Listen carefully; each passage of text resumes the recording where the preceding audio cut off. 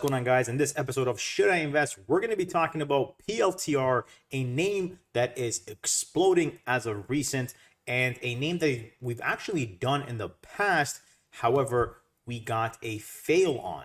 But as I said in that video, we were approaching some great numbers. It's always a good time at that point when we were looking at it to take a look at this and probably start investing in the long term. You can watch the old PLTR video in this series if you go back.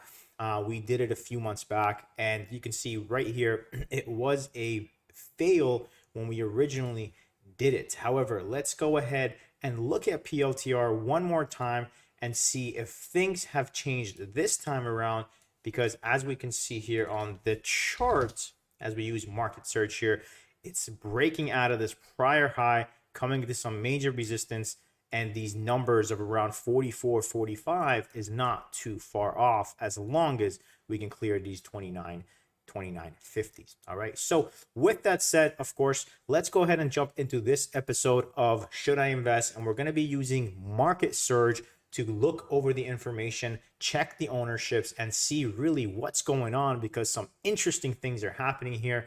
And I'm really excited to share this episode. All right. So without further ado, let's jump right into it. PLTR, let's plug it in and let's see what we have. All right, so we have our information here, an EPS of 0.13, which I think has changed from last time, if I'm not mistaken.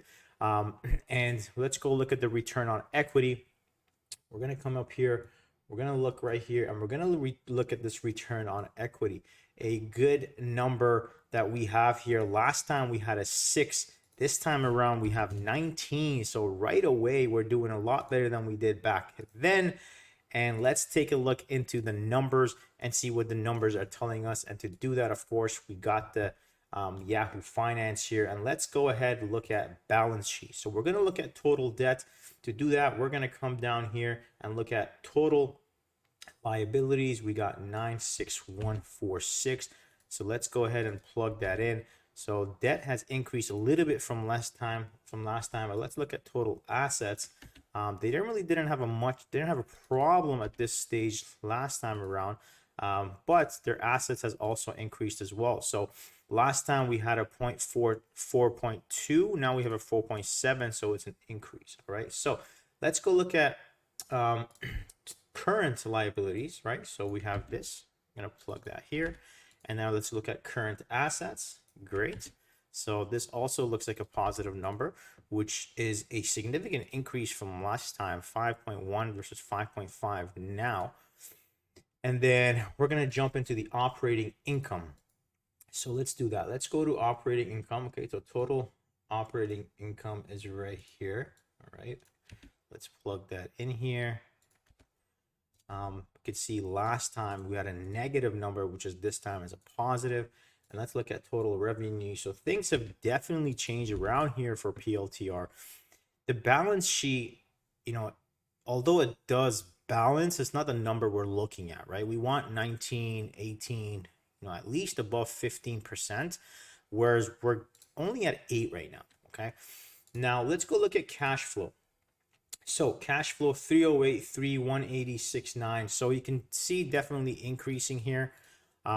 Owned by management. To figure that out, we're going to go ahead and look at MarketSurge here. Wonderful tool. Again, if you guys don't have it, link is in the description to get it for you guys.